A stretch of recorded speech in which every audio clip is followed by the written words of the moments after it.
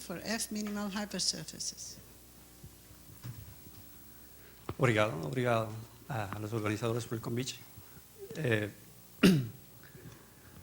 Eu vou falar sobre uma ferramenta útil para o estudo de superfícies F-mínimas, como essa equação de Simon, não? Então, esse é um trabalho junto com os professores Xuchen e de Tansou.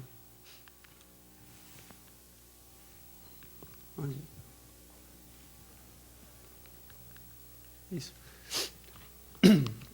Uma hipersuperfície imersa numa variável riemanniana é chamada F mínima, se a curvatura média satisfaz essa equação, não? Onde nu é o vetor normal unitário sigma e f é uma função suave sobre m. Nota que se f é uma função constante, a hipersuperfície F mínima é uma hipersuperfície mínima, não? Temos um caso não trivial. Se a gente considerar, por exemplo, M igual um espaço euclidiano com a métrica canônica, F igual a norma de x ao quadrado, então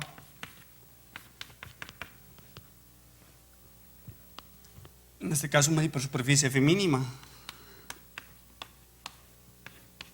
tem essa expressão. Neste caso, sigma é conhecido como Schell-Schrinker.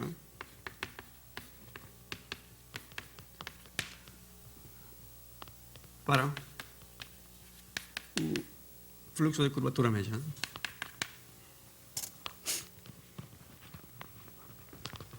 Então, é interessante o estudo porque ele generaliza, não?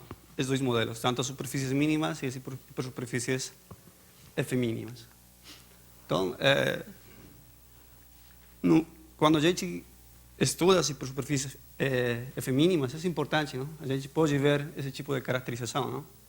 A gente pode ver que uma hipersuperfície F mínima pode ser considerada como uma hipersuperfície mínima se a gente considerar uma métrica com forma adequada. É claro que essa métrica pode deixar de ser completa, mas a gente pode usar a teoria local das hipersuperfícies mínimas para estudar as F mínimas. Ou também a gente pode considerar ele como um ponto crítico para esse funcional com peso. Então, no momento de a gente estudar as hipersuperfícies F mínimas, a gente pode combinar ambas caracterizações. Recentemente, Lott e Magny, Mantegazzi e Sachs mostraram, não, que as hipersuperfícies F mínimas aparecem no estudo do fluxo de curvatura média, quando o espaço ambiente é um gradiente Ricci sólido, não? As soluções para o fluxo Ricci. Então, daí a importância que a gente pode estudar, não? As hipersuperfícies F mínimas no shrinking sólido, steady sólido, expanding sólido. Então, para isso precisamos mais ferramentas, não? Nesse caso, por exemplo, não, para as hipersuperfícies mínimas, Simons provou uma identidade, não, chamada equação de Simons para o laplaciano da segunda forma fundamental quadrada. Então, essa equação ha desempenhado um papel muito importante, não, para o análise das hipersuperfícies mínimas. Então, para Schell-Schrinker, para o fluxo de curvatura média, temos também uma equação tipo Simons, não? Que exatamente tem essa expressão, o laplaciano da segunda forma fundamental ao quadrado. Aqui, x denota o vetor posição do Schell-Schrinker no espaço euclidiano, não? Então, esta equação ha sido muito útil no estudo do Schell-Schrinker para entender as singularidades do fluxo de curvatura média, não? Então, aplicando isso, por exemplo, o Huisken provou, não, que todo Schell-Schrinker fechado, mergulhado, de curvatura média não negativa, deve ser uma esfera radio, raiz de 2n. Não? Depois, Kolding e Minkowski classificou os Schell-Schrinker de curvatura média não negativa com crescimento de volume polinomial. Depois, lei Sessun provaram esse tipo de teorema GAP, não? Se uma hipersuperfície Sol Schrinker sem fronteira e com crescimento do volume polinomial e satisfaz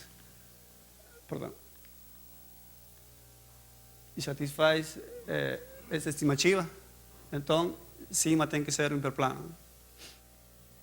Motivados por esse trabalho, Cowley provaram esse seguinte teorema de classificação. Não? A gente tem um Sol Schrinker de codimensão arbitrária, sem fronteira e com crescimento do volume polinomial, e satisfaz essa estimativa acá. Então, o sigma é uma esfera redonda, el radio raíz de 2n, no espaço euclidiano, um cilindro ou um hiperplano. ¿No? En particular, este resultado implica el resultado anterior. ¿No? Es decir, que si la segunda forma fundamental del cuadrado es menor a 1 medio, entonces sigma tiene que ser hiperplano. Entonces, nesse espírito de analisar as hipersuperfícies F mínimas em ambientes que são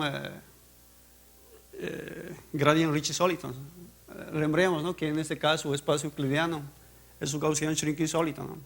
É uma solução para o fluxo de Ricci. Então, a gente analisa as hipersuperfícies F mínimas em outro tipo de ambiente. Neste caso, a gente considera o cilindro.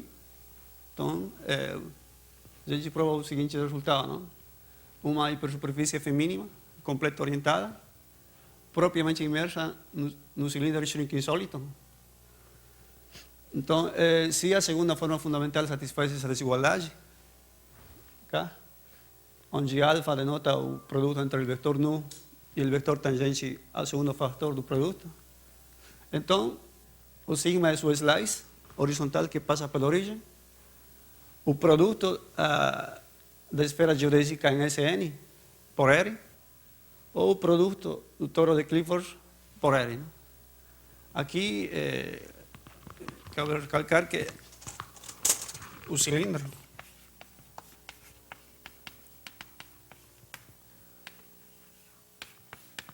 aqui é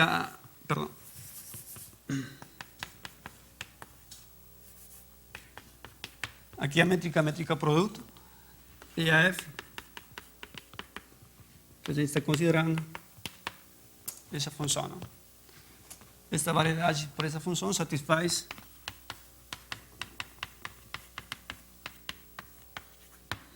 isso, não? É um gradient shrinking sólido. Então a gente estuda as hipersuperfícies nesse espaço ambiente. Não?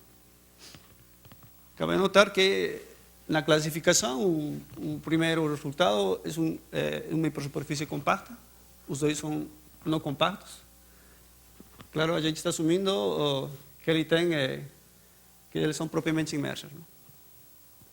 Além disso, os dois primeiros são as únicas hipersuperfícies totalmente geodésicas imersas no cilindro. Não?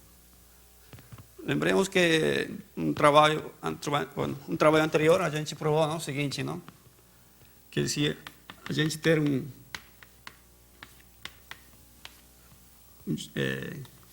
gradient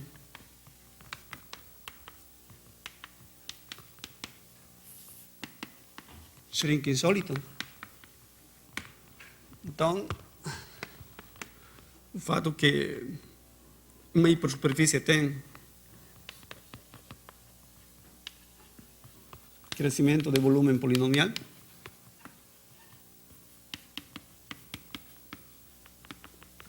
é equivalente ao fato que sigma está propriamente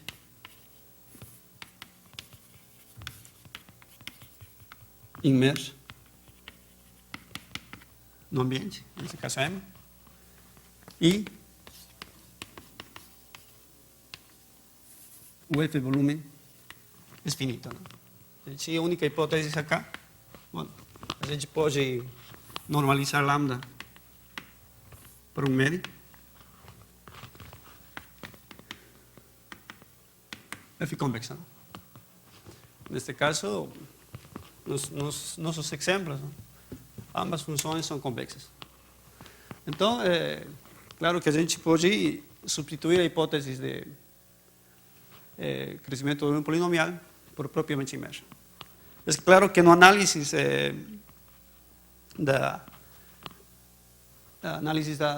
do caso não compacto, a gente precisa crescimento de um polinomial, não? Então, pela equivalência, a gente pode trabalhar com isso.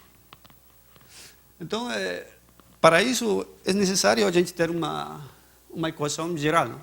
Então, qual seria o ambiente adequado para isso, não?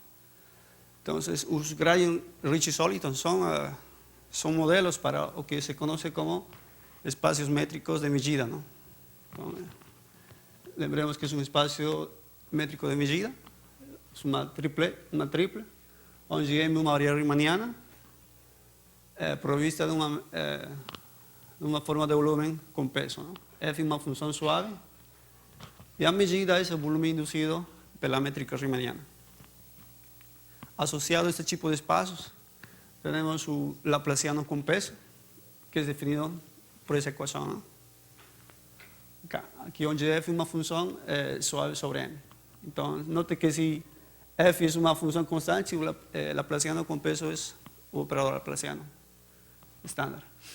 Então, estes operadores são um operador autoadjunto no espaço das funções quadrado integráveis sobre M com respeito a essa medida.